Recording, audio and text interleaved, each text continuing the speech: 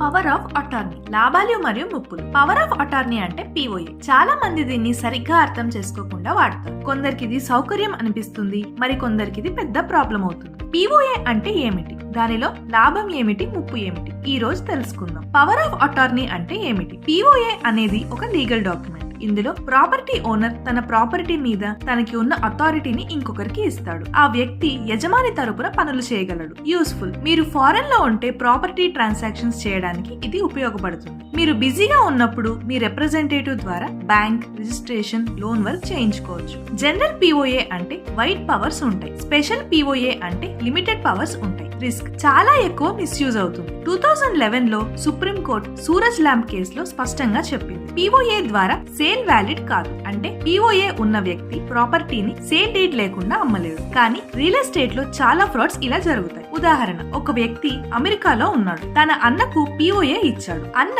ఆ పిఓఏ తీసుకుని ఆ ప్రాపర్టీని బయ్యర్ కి అమ్మేశాడు. బయ్యర్ రిజిస్ట్రేషన్ చేసుకున్నాడు, కానీ డబ్బు అన్న దగ్గరే ఆగిపోయింది. నిజమైన ఓనర్ కి ₹1 కూడా పోలేదు. ఓనర్ తిరిగి వచ్చాక కేసు వేసుకున్నాడు. కోర్టులో ఇయర్స్ పాటు కేసు నడిచింది. ఇలాంటి సమస్యలు రాకుండా పిఓఏలో స్కోప్ క్లియర్ గా మెన్షన్ చేయాలి. ఉదాహరణకి కేవలం రెంట్ కలెక్ట్ చేయడం కోసమే లేదా బ్యాంక్ లోన్ కోసం అని పరిమితం చేయాలి. ప్రాపర్టీ అమ్మడానికి వైడ్ పవర్స్ ఇవ్వకూడదు. 2011 లో సుప్రీం కోర్టు జడ్జ్మెంట్ ప్రకారం పిఓఏ ద్వారా సేల్ వ్యాలిడ్ కాదు. ప్రాపర్టీ ట్రాన్స్ఫర్ అంటే రిజిస్టర్డ్ సేల్ డీడ్ మాత్రమే చెల్లుతుంది. పిఓఏ కన్వీనియన్స్ కోసం మంచిది, కానీ మిస్యూజ్ అవ్వడం చాలా సాధారణం. కాబట్టి పిఓఏ ఇచ్చేటప్పుడు చాలా జాగ్రత్తగా ఉండాలి. లీగల్ అడ్వైస్ తీసుకోవడం తప్పనిసరి. సేఫ్ గా ఉండాలంటే ప్రాపర్టీ ట్రాన్స్ఫర్ ఇప్పుడు సేల్ డీడ్ ద్వారానే చేయాలి. మరిన్ని రియల్ ఎస్టేట్ అప్డేట్స్ కోసం మై పట్టా ఛానల్ సబ్స్క్రైబ్ చేయండి.